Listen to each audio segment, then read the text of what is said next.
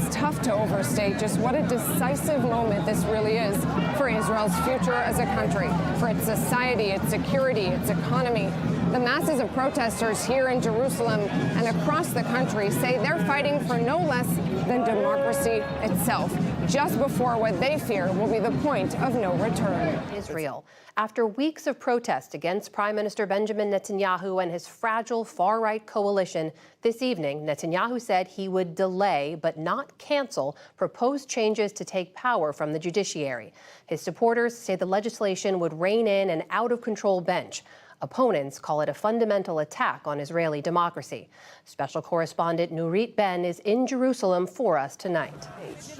Locked in negotiations with far-right members of his coalition. The result, a deal not likely to satisfy all opponents of the overhaul. Legislation will be paused until the next Knesset session in early May.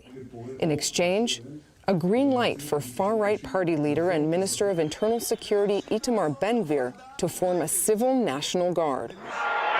Leading up to it all today, a thunderous sound of chants, horns, and drums filling Israeli cities across the country for the 13th week in a row.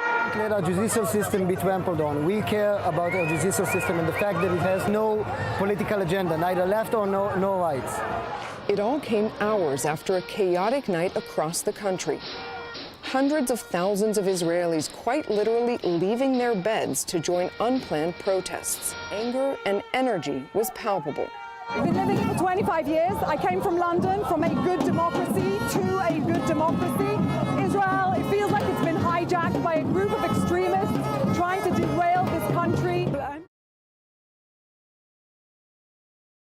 Americans witnessing the horror of another mass shooting, a deadly assault on a school. The attack in Tennessee's capital city that left the shooter and 6 people dead, including 3 children at a church-run school. The police chief said he was moved to tears by the tragedy.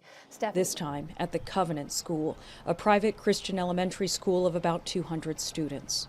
Tennessee police initially said a female suspect entered the school and killed 3 children and 3 staff members before being shot and killed by responding officers. The children were identified as Evelyn Dickhouse, Hallie Scruggs, and William Kinney. And the adult victims, all in their 60s, were named Cynthia Peak, Catherine Kuntz, and Mike Hill. The shooter was later identified as Audrey Hale, transgender, 28 years old, and a former student at the school.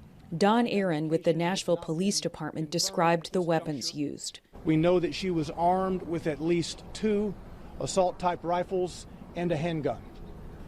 She entered the school through a side entrance and traversed her way from the first floor to the second floor, firing multiple shots. I hope that we would never have this situation. That if we ever did, we would not wait. We would immediately go in and we would immediately engage the person perpetrating this horrible crime.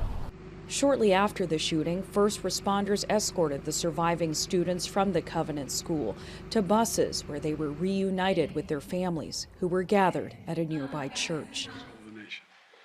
And we have to do more to protect our schools so they aren't turned into prisons. So I call on Congress again to pass my assault weapons ban. It's about time that we begin to make some more progress. 74 people have either died or been wounded by shootings on K-12 campuses since the start of the year. And last year, 273 people were injured or killed in school shootings, the highest on record. I have met with over 130 lawmakers. How is this still happening? How are our children still dying, and why are we failing them? Those are questions that many Americans are asking as well. We've seen, of course, a reaction from the former president, and in a way, this very much plays into the kind of grievance-driven narrative that he's embraced for a very long time. Yes, Heidi, this is really Donald Trump's playbook. As you may recall, he said he was going to be arrested a week and a half ago, and he wasn't. But now he's saying the same kind of thing he did say when he claimed he was going to be arrested. He's saying it's a political witch hunt, and he's leveling blame at the district attorney in Manhattan, saying this is politically motivated. They're out to get him. They want to stop his campaign again for president, that he's the front runner. Even his rival, Ron DeSantis, of the Republican Party, Jack, coming out with a tweet saying that the weaponization of the legal system to advance a political agenda turns the rule of law on its head, that it's un-American. How will this play out in his base? I think an opportunity for anyone who doesn't know exactly how to play this to direct the attention to Bragg. DeSantis doesn't necessarily need to go after Trump. Other Republicans don't necessarily need to go after Trump. You're seeing a lot of pressure on Bragg to sort of direct their attention elsewhere. Well, clearly the former president is trying to take an approach with this to motivate his base. He is kind of leaning into this. His statement was very lengthy, going after Alvin Bragg.